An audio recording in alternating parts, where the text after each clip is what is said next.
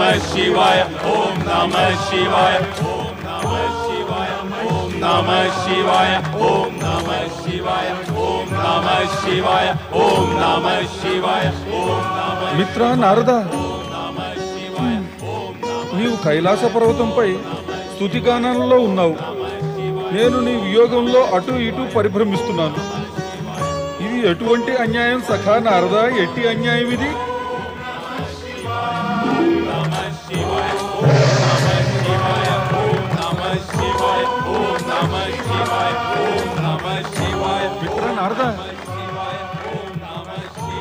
మిత్ర నారద, ఈ వేళ మా జీవితంలో నిజంగా శ్రేష్టమైన దినం. అనాయాసంగా నిన్ను కలుసుకున్నాను. అనాయాసంగా శ్రీ మహావిష్ణువు ఇంకను మా ఆరాధ్యులు పరమపిత బ్రహ్మదేవులు దర్శనమిచ్చారు. అంతేకాక పరమేశ్వరుడు మరియు పార్వతీమాతల సేవలో ఉపస్థితుడనయ్యాను. ఇంతకు మించిన శుభదనం ఇంకేముండగలదు? ఇంతకు మించి ఏమి కావాలను? మిత్ర పర్వత, నీ ఆరాధ్యులు పరమపిత బ్రహ్మదేవులు ఇప్పుడు ఇక్కడే ఉన్నారు. కొద్ది క్షణాల్లో అంతర్ధానమైపోతారు కూడా. నీకది తెలియనే తెలియదు. పద, నాతో పాటు నీవు కూడా వచ్చి వారికి విన్నవించుకో. వారు నిన్ను తమ భక్తునిగా స్వీకరించమని కోరు. రా. నీవి సమయాన మంచి మిత్రుని కర్తవ్యాన్ని నిర్వహిస్తున్నావు మిత్ర నారద. మంచి మిత్రుని కర్తవ్యాన్ని. పద. ఓం నమః శివాయ. పరమపిత, ఈ పర్వతుడు అహోరాత్రాలు తమ నామస్మరణ చేస్తున్నాడు. తమరి భక్తుడు కావాలని ఆశిస్తున్నాడు. కృపతో ఇతన్ని ఆశీర్వదించండి. ఇతనిపై తమ కృప ప్రసరించాలని. నారద, మాకిది ఆశ్చర్యంగా ఉంది. మా యొక్క భక్తుడిని అనిపించుకునేందుకు ఇతనికి నీ యొక్క సహాయం ఆవశ్యకమైంది. ఒక భక్తుడు తన ఆరాధ్యునితో స్వయంగా సంబంధం ఏర్పరచుకోకపోతే అతని భక్తి స్థిరంగా ఉండదు. మిత్ర నారద, నేను అనుకోవడం పరమపిత బ్రహ్మదేవులు నాపై ప్రసన్నంగా లేరు. పర్వత, నీ గొడవలో నేను నా ఆరాధ్యులైన శ్రీహరితో మాట్లాడనే లేదు. దేవర్షి నారద, మీ యొక్క మిత్రుడు మీతో సమానమైన చతురుడు మరియు బుద్ధిమంతుడుగా లేడే? నారాయణ నారాయణ. ఏమి చేయగలను మాత? మా మిత్రుడు పర్వతుని మస్తిష్కం కూడా పర్వతంలాగే చలనం లేనిది. ఇతని పొరపాటు ఏమైనా ఉంటే క్షమించగోరుతాను. నారదా, నీ ఈ మిత్రుడు మొదటిమారు కైలాసానికి వచ్చాడు. మేము స్వాగతం చెప్పడానికి కూడా అతడు అవకాశమే లేదు. పరమేశ, తమరు కరుణామూర్తులు. ఈ అమాయక పర్వతుని బుద్ధికి తట్టని లేదు. కైలాసానికి వచ్చినప్పుడు ప్రప్రథమంగా తమరికి పార్వతీమాతకు వందనాలు చేయవలనని. పర్వత, పరమేశ్వరిని పార్వతీమాతని క్షమాపణలు. క్షమించండి పరమేశ, క్షమించండి మాత. నేను అజ్ఞానిని, బుద్ధిహీనుడను. నాకు కూడా మన చతురమిత్రుడు నారదునిలాగా చాతుర్యాన్ని వరంగా ఇవ్వండి. నీకు శుభమగుగాక పర్వత. నీ కోరిక శీఘ్రంగా ఫలించుగాక. పరమేశ, ఇప్పుడు మా అందరికీ అనుమతినియండి. ఓం నమః శివాయ.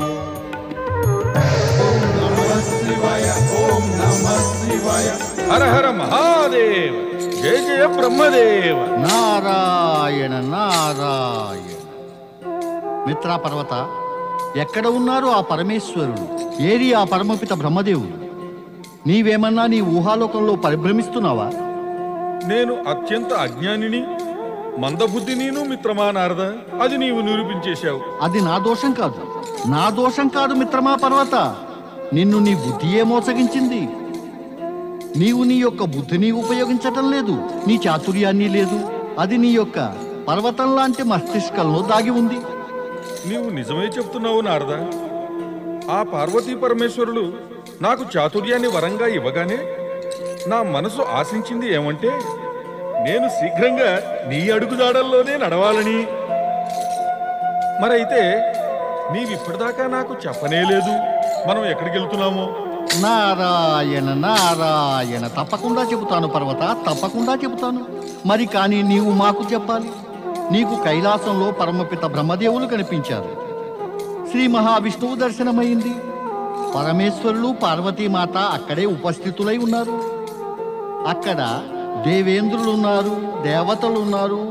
మరైతే ఇక అక్కడ లేని వారెవరు నీ మనస్సుకు తట్టనే లేదు. మిత్రా నారద, ఏమిటి నీవు ఇప్పటి నుంచే నా బుద్ధిని పరీక్షించడం ప్రారంభించేశావా? నీవు అడిగిన ప్రశ్నకు సమాధానం అయితే నాకు ఎంత మాత్రమూ తెలియడం లేదు. ఇప్పుడు నీవే చెప్పు, నీ యొక్క ప్రశ్నకు అంతరార్థమేమిటో. నారాయణ నారాయణ, అక్కడ దేవగురువులు బృహస్పతి కనపడకపోవటం నీకు ఆశ్చర్యంగా లేదా?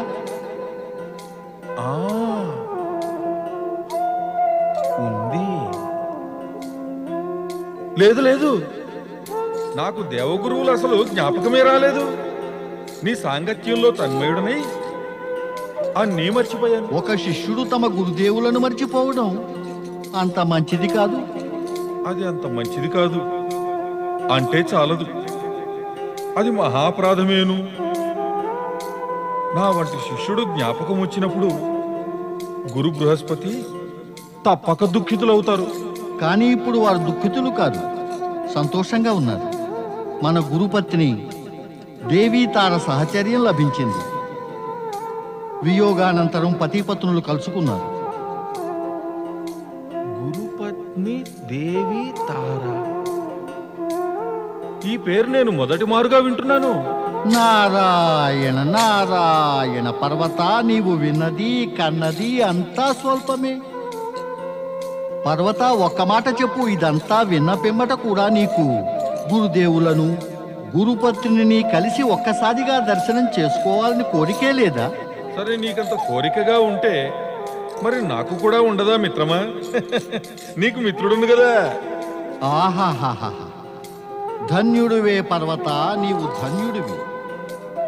నీకు ఏమి చెప్పినా కూడా వ్యర్థమేను. ఇంకొక మాట కూడా మాట్లాడకు. పద నాతో దేవగురువులు బృహస్పతి వద్దకు. పదండి. ఓం నమః శివాయ. ఓం నమః శివాయ. ఓం నమః శివాయ. ప్రణామం గురుదేవ.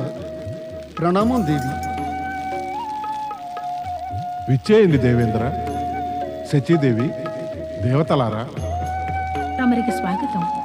దేవి తార, తమరిని స్వర్గంలో చూసి ఎంతో ప్రసన్నులమయ్యాము. బహుకాలంగా మేము మీకోసం నిరీక్షిస్తున్నాము. ఏ కార్యమైనా సమయం వచ్చినప్పుడే సంభవిస్తుంది దేవేంద్ర. దేవి తార ఇచ్చటికి రావటం పరమేశ్వరులు పార్వతీమాతల కృప వల్లనే జరిగింది. జయము గురుదేవా. ప్రణామం గురుదేవా. ప్రణామం గురుమాత. నన్ను క్షమించండి గురుదేవ. తమరికి తెలుసును కదా, అప్పుడప్పుడు నా బుద్ధి మందగిస్తుందని. గురుదేవ, మేమిరువురము ఇక నుండి తమ వద్దకు క్రమంగా వచ్చి తమ ఇరువురి ఆశీర్వాదాలను పొందుతాం. మీ అందరి శుభాకాంక్షలను పొంది మేము ధన్యులమయ్యాము. పార్వతీ వల్లభుడు మీకు శుభం చేకూర్చుగాక. అనండి ఓం నమః శివాయ. ఓం నమః శివాయ. ఓం నమః శివాయ. ఓం నమః శివాయ. ఓం నమః శివాయ. ఓం నమః శివాయ. ఇలా నీ మూలంగానే నేను భూలోకానికి వచ్చాను. నా తపస్సు సార్థకమైంది. నా తల్లి యొక్క అపరాధ శుద్ధికి ఒక కారణభూతురాలు నీవే. బుధగ్రహాన్ని విడిచి నేను భూలోకం రావటం సఫలమవుతుంది. నీ వల్లనే మాతృ రుణం నుంచి ముక్తి పొందగలను. నాకు ఇంకా ఏమీ తెలియదు, కానీ ఒకటి మాత్రం తెలుసును. ఆ పరమేశ్వరుడు పార్వతీమాతల కృప లేకపోయినట్లయితే ఏ కార్యమూ సఫలమవ్వదు. మనం వారు చేసిన ఈ ఉపకారాన్ని జీవితంలో ఎప్పటికీ మరువలేము. నీవు చెబుతున్నది నిజమేను. ఇలా శివారాధన చేస్తూ నీ వైపు ధ్యానం మరలిపోవటం నా తప్పే. రాయిలా స్వచ్ఛమైన మనసుతో ఆ మహేశ్వరుని స్మరిద్దాం.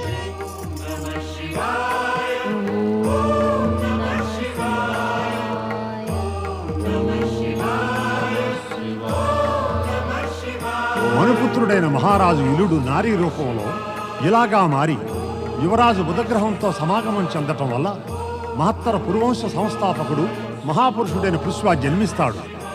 పృశ్వ జన్మించడం వల్ల బుధునికి తారాదేవికి ప్రాయశ్చిత్తం పూర్తవుతుంది. పరమేశ్వరుడు పార్వతీమాతల కటాక్షంతో పుత్రుడు జన్మించాక ఇలా మరల మహారాజు ఇలుడుగా పురుష రూపధారణ పొందినవాడై ప్రథమ పురుషుడు మన యొక్క వంశ పరంపరను వృద్ధి చేస్తాడు. కాలచక్రం గడుస్తూ ఉంటుంది. సాత్విక ప్రవృత్తులు మరియు శక్తుల యొక్క ప్రభావం పెరుగుతూ ఉండగా తామసిక శక్తులు క్షీణించసాగాయి. సాత్విక శక్తుల చిహ్నమైన దేవతలు, తామసిక శక్తుల చిహ్నమైన అసురుల మధ్య యుద్ధాలు ఎల్లప్పుడూ జరుగుతూనే ఉన్నాయి. దైత్యుల పరాజయం జరుగుతుంది. దానితో దైత్యగురు శుక్రాచార్యులు అత్యంత చింతితులయ్యారు. అది మరి సహజమే కదా. ఎందువలనంటే దైత్యగురు శుక్రాచార్యులు సర్వదా దైత్యుల విజయాన్నే వాంఛిస్తూ ఉంటారు. శుక్రాచార్య, దైత్యులు పరాజయం పొందాక ఏ అర్హతతో దైత్య గురువుగా ఉండాలనుకుంటున్నారు?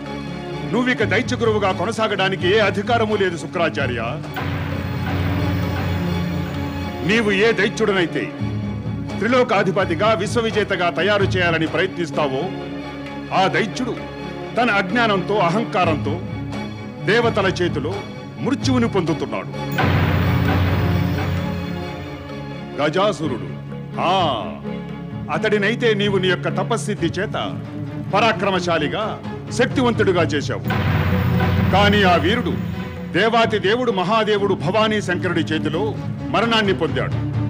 అప్పుడే కదా అతడి ప్రార్థనకు కరిగి భోలా శంకరుడు అతడి చర్మాన్ని వస్త్రంగా స్వీకరించి ధరించాడు. ఈ పరాజయానికి కారణం గజాసురుడు కాదు శుక్రాచార్య, నీవే.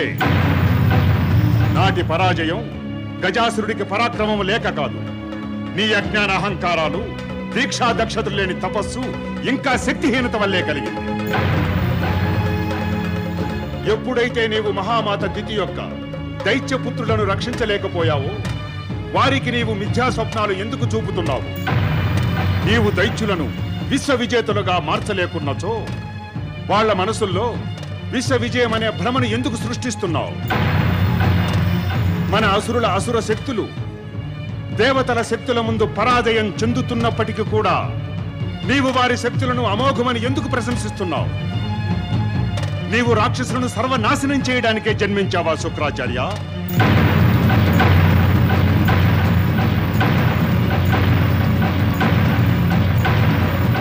ఈ ఆరోపణ నీ మీద నీ ఆత్మ ఒక్కటే కాదు, సమస్త దైత్య జాతి కూడా ఆరోపిస్తోంది. ఒకవేళ నీవు ఈ ఆరోపణకి సమాధానం ఇవ్వలేకుంటే నీకు జీవించడానికి ఏ అధికారం ఉండదు. ఏ అధికారము లేదు. ఆత్మత్యాగమే నీకే శరణ్యం శుక్రాచార్య, ఆత్మత్యాగమే నీకే శరణ్యం. ఆత్మత్యాగమే నీకే శరణ్యం. ఆత్మత్యాగమే నీకే శరణ్యం. ఆత్మత్యాగమే నీకే శరణ్యం శుక్రాచార్య. ఆత్మత్యాగమే నీకే శరణ్యం. ఆత్మత్యాగమే నీకే శరణ్యం. మాకు జీవించి ఉండటానికి ఎలాంటి అర్హత లేదు. అవును, ఆత్మత్యాగమే మాకి శరణ్యం. మేమిప్పుడే ఈ క్షణమందే ఈ యజ్ఞగుండంలో దూకి ఈ శరీరాన్ని భస్మీపటనం చేస్తాం.